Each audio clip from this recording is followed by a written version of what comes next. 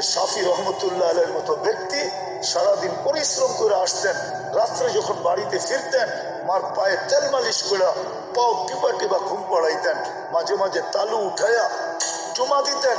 মা জিজ্ঞাসা করতো কি করি সেটা?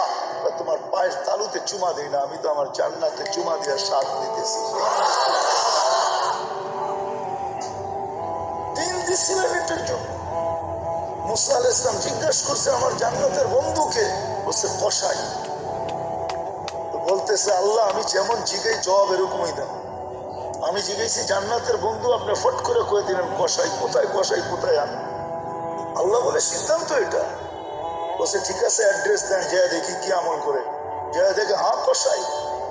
বলছে তোর এখানে মেহমান হওয়া যাবে? বিলকুল যাবে, কিন্তু শর্ত আছে, আমি দোকান বন্ধ করে বাড়িতে আগে যাব না, আগে এক জায়গায় যাব তারপরে আমার বাড়িতে যাব। মুসা আলাইহিস সালাম বলে চল ভাই, যেমন বলবি তেমনই। তো কাজ করে দোকান বন্ধ করে যায় ঝুপড়িতে ঢুকছে।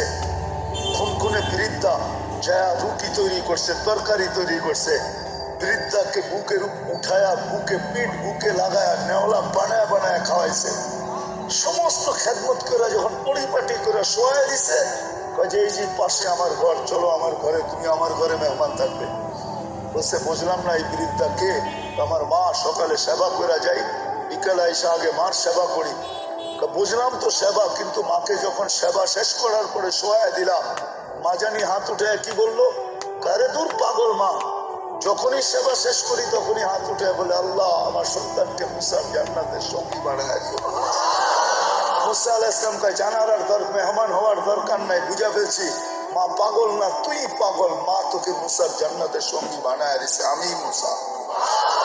দিনের জন্য দিছিলেন, রব্বে খাবার কসম, সুখে থাকার জন্য দিন দিছিলেন।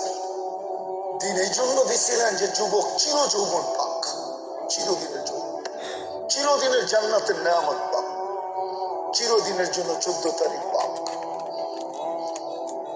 সবকিছু যা চায় আজকে সব জান্নাতে রাখা আছে। আরে তোমাকে ডিজে আর ফিজে আর ডিস্কো আর সিস্কো, আমরা পাগল হয়ে যাই না। আমাকে তো এক সময় তোমাদের মতো বয়স ছিল না, ছিল না? হ্যাঁ কি বলো? ব্যাকগ্রাউন্ডের দিকে যাইতে চাই না, মাঝে মাঝে মনে চায় খুঁড়া দিই সবার সঙ্গে, কিন্তু আবার ভয় করে খুলি না।